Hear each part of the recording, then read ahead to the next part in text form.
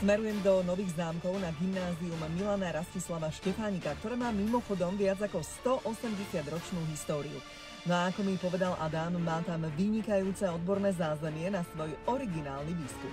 Adam je chlapec, ktorý kráča v šlapajách histórie naše 182, pomaly 183 ročného gymnázia. Chodilo to viacero významných osobností. Adama očarila chémia už na základnej škole. Jeho vášňou sa stala výroba vôní z ekologického odpadu z kukurice.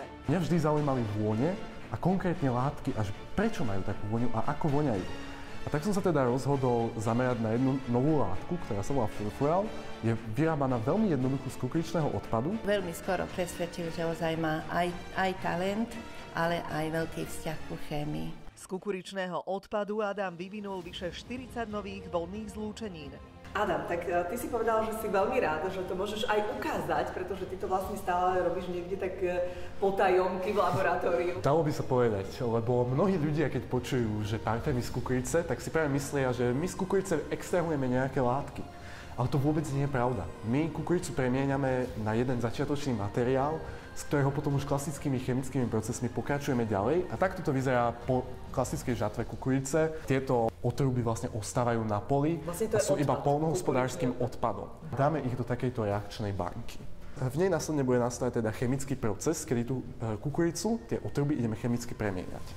A na to potrebujeme vodný roztok rôznych katalizátorov. Nevybuchne to. Nevybuchne to, nebojte sa.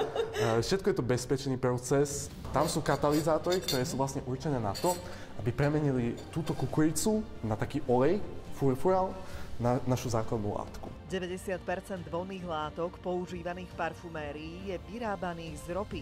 No a Adam objavil spôsob, ako ju nahradiť ekologickou kukuricou. Takto vlastne vieme vytvárať nové parfémy, ktoré nielenže sú silnejšie a ekologickejšie, ale vedia nahradiť túto petrochemikáliu. Čiže toto je úplne bioparfém.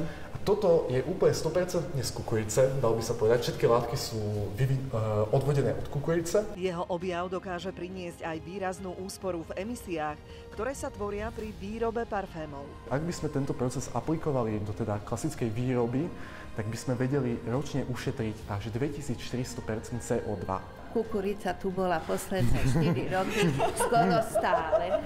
Toto sú už vyslovene vône, vlastne zmes rôznych týchto kukuričných esterov. A pre mňa jeden z najzaujímavejších parfémov, ktorý som vymyslel, sa volá Summer Breeze.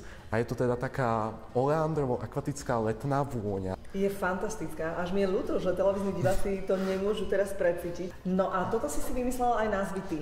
Áno, že všetko si všetko vlastne od A po Z je vytvorené. Nové vonné látky, ktoré som vytvoril ja, aj nové parfémy a nové vôňové profily. Adam boduje doma aj v zahraničí.